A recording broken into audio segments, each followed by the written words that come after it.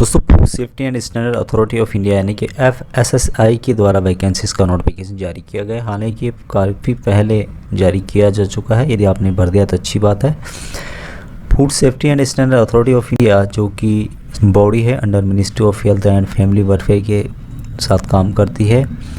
और यहाँ पे जो पोस्ट रखे गए हैं ऑनलाइन के माध्यम से अप्लाई करना होगा।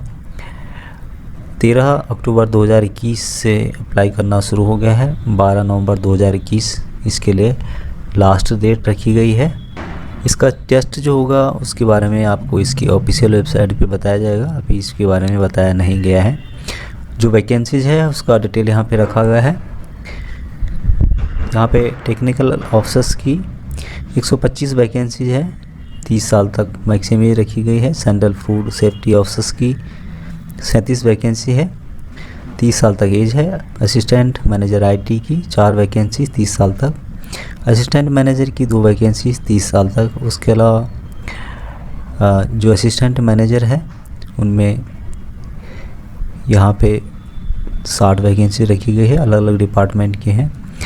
असिस्टेंट की 30 वैकेंसी है 30 साल तक सभी के लिए। Hindi translator, personal assistant, IT assistant और जूनियर असिस्टेंट ग्रेड 1 3 वैकेंसीज है। इसमें 1 वैकेंसी भूतपूर्व सैनिकों के लिए रिजर्व है।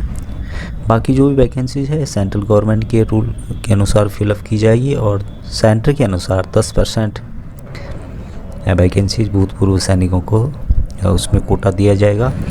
रिजर्वेशन आप लोग यहाँ पे देख पा रहे हैं कि reservation of exservicemen and PWD is horizontally and within the overall vacancies of the post, यानी कि हॉरिजेंटल रिजर्वेशन दिया जाएगा जो भी भूतपूर्व सैनिक है।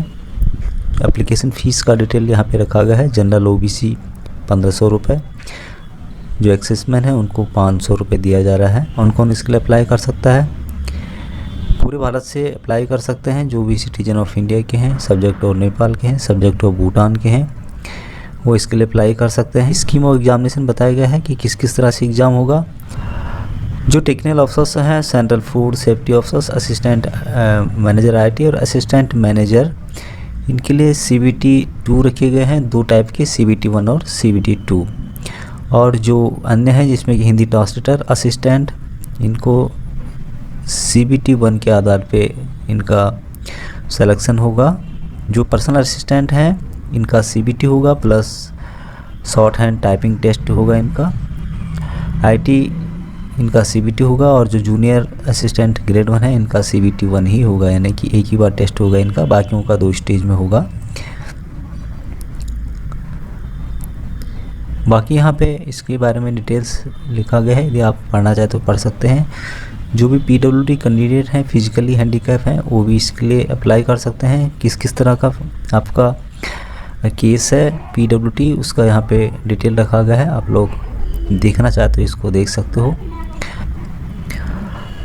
एज रिलैक्सेशन क्या क्या दिया जाएगा उसका डिटेल यहाँ पे रखा गया है। जो भी भूतपूर्व सैनिक हैं 3 साल का, उनको 3 साल की छूट दी जा रही है। 3 year after detection of the military service rendered from the actual age as on the closing date.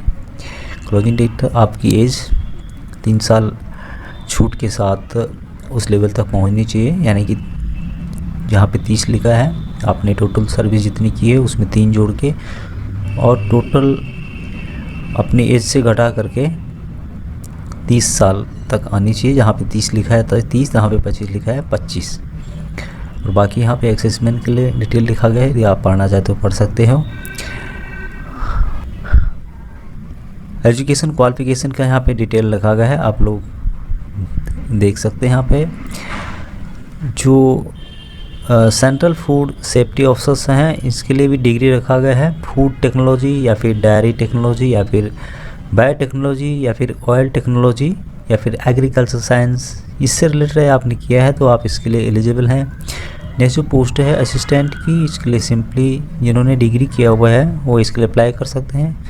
Army का दिया हुआ आर्मी स्पेशल ग्रेजुएशन सर्टिफिकेट के बेस पे भी आप अप्लाई कर सकते हैं, जो आर्मी एयरफोर्स नेवी के एक्सेसमैन को दिया जाता है।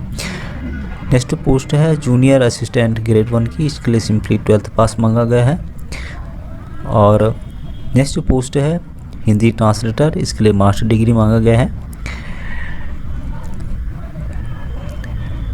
आप लोग यहाँ पे देख सकते हैं। तो मास्टर डिग्री यदि आपके पास है तो आप इससे रिलेटेड कर सकते हैं। और का मतलब यहाँ पे ये है कि यदि आपके पास ये है तो ठीक है, ये नहीं है तो ये नहीं है, मतलब किसी इन सभी में से आपके पास एक डिग्री होनी चाहिए। पर्सनल असिस्टेंट जो है उनके लिए भी बैचलर डिग्री मांगी गई है, लेकिन यहाँ पे शॉर्ट हैंड मांगा गया है, जिनका भी टाइपिंग स्पीड अच्छी है, 40 वर्ड पर मिनट इंग्लिश और 35 वर्ड पर मिनट हिंदी में, तो इसके लिए एलिजिबल हैं। साथ में MS ऑफिस का ज्ञान होना चाहिए आपको, IT से रिलेटेड इंटरनेट का आपको ज्ञान होना चाहिए। दूसरा जो पोस्ट है असिस्टेंट IT का, इसके लिए भी BTech MTech मांगा गया है। कंप्यूटर साइंस या फिर आपके पास ये नहीं है तो इंजीनियरिंग डिसिप्लिन से आपके पास कोई डिग्री होनी चाहिए, या फिर MCA होना चाहिए। MCA नहीं तो bachelor degree in relevant field में होना चाहिए। 5 साल का टोटल एक्सपीरियंस मांगा गया है। उसके अलावा IT असिस्टेंट जिनके पास भी बैचलर डिग्री है, 1 ईयर का PG डिप्लोमा या फिर डिग्री इन कंप्यूटर एप्लीकेशन या फिर इंफॉर्मेशन टेक्नोलॉजी या फिर इक्विवेलेंट डिग्री आपके पास रिलेवेंट फील्ड से है, तभी आप इसके लिए अप्लाई कर सकते हैं। या फिर ये सब नहीं है आपके पास तो bachelor degree in computer application और इक्विवेलेंट डिग्री होनी चाहिए, वो इसके लिए अप्लाई कर सकते हैं। असिस्टेंट मैनेजर की पोस्ट है, इसके लिए भी पोस्ट ग्रेजुएट डिग्री मांगी गई है। आप लोग देखना चाहते तो देख सकते हो।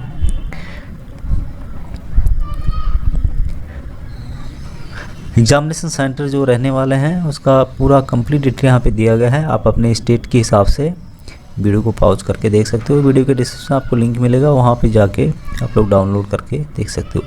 CBT 2 जो होगा उसके भी कुछ CBT 1 में जितने एग्जामिनेशन सेंटर है उनको लगभग आधा कर दिया गया है, यहाँ पे आधे से भी कम करके रखा गया है। तो आप लोग देख सकते हैं, जिसके भी नज़दीक पड़ता है तो उसके हिसाब से आप अप्लाई कर सकते हैं।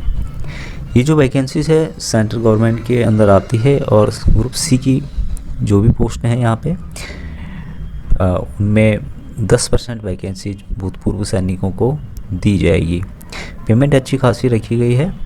जो भी लेवल है यहाँ पे दिया गया है कि पेमेंट किस लेवल के हिसाब से मिलेगा, 7-7-7 6-6 लेवल का है। तो यहाँ पे जो भी पेमेंट बढ़ेगी कम से कम